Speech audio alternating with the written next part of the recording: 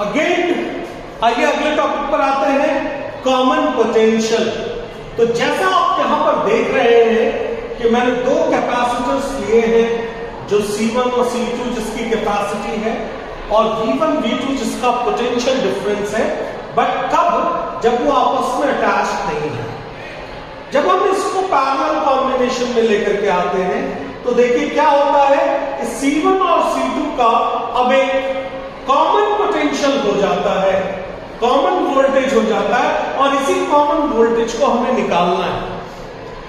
तो जैसा मैं आपको बता रहा था कि शुरुआत में जब ये दोनों आपस में अटैच नहीं थे तो उस समय ये चार्ज की शेयरिंग नहीं कर रहे थे, क्योंकि उस समय जो इसके ऊपर चार्ज था Q1 that was C1 V1, और इसके ऊपर जो चार्ज था Q2 that was C2 V2। तो बेसिकली अगर मैं आपको बोलूं कि टोटल चार्ज बिफोर शेयरिंग करने के बिफोर टोटल चार्ज कितना था? तो it was Q1 plus Q2, यानी C1 V1 plus C2 V2। लेकिन जब दोनों को हम पैरेलल कॉम्बिनेशन में ले आए तब देखिए क्या हुआ। तो यहां पर क्या हुआ कि दोनों के ऊपर कॉमन पोटेंशियल आ गया, यानी चार्ज यहां पर शेयर करने लगा दोनों। तो टोटल चार्ज आफ्टर शेयरिंग कितना हो जाएगा? तो it was C1V plus C2V in parallel combination, इस कॉम्बिनेशन में। तो फाइनली आपको क्या दिखता है यहां पर कि V कॉमन ले लिया आपने C1 प्लस C2। लेकिन इस पूरे प्रोसेस में चार्ज का लॉस कहीं भी नहीं हुआ। So since there is no loss of charge, तो क्या होगा? Charge before sharing must be equal to charge after sharing. तो यहां से आपने V निकाल लिया C1 V1 plus C2 V2 upon C1 plus C2। So this is your common potential. तो इसी को हम कॉमन पोटेंशियल बोलते हैं। और इस पूरे प्रोसेस के दौरान लॉस ऑफ एनर्जी होती है। तो उस लॉस ऑफ एनर्जी को भी हम देखेंगे, लेकिन उससे पहले आप इसको नोट डाउन कर लीजिए।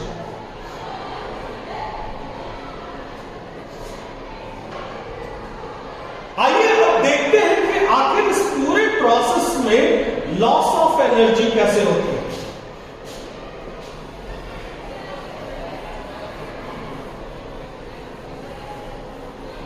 तो जैसा आपने देखा कि बिफोर शेयरिंग जब दोनों कैपेसिटर्स अलग अलग थे उस समय कितनी एनर्जी थी? तो total energy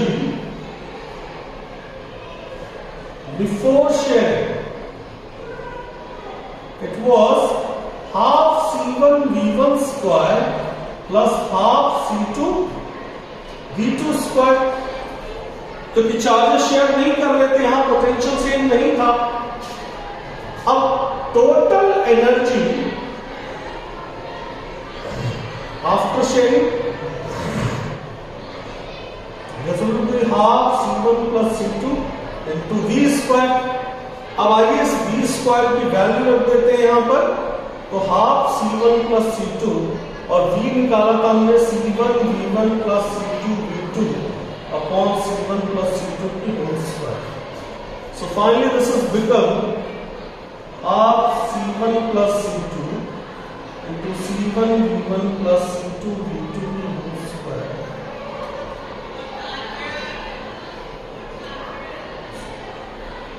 So this is become C1 V1 plus C2 V2 की whole square upon 2 C1 plus C2।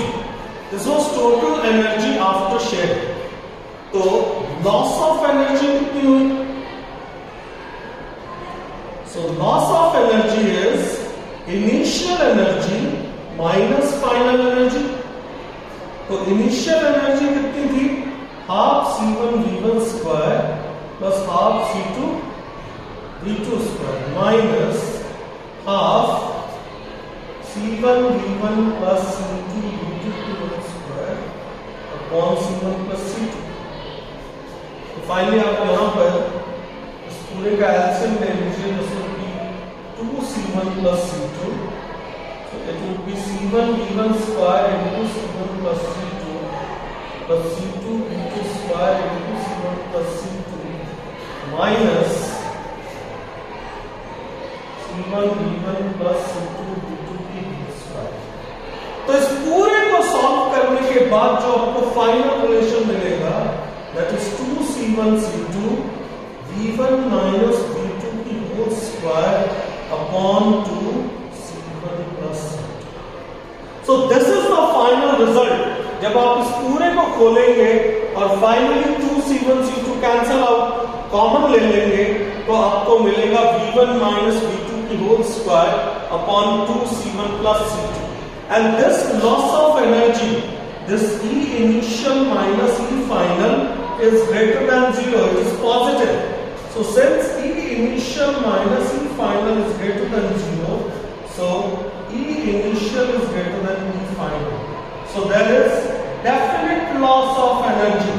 यहां से हमने ये प्रूफ कर दिया कि यहां पर लॉस ऑफ एनर्जी हो ही रहा है, इसको कोई भी टाल नहीं सकता। So this is the relation, please note it down।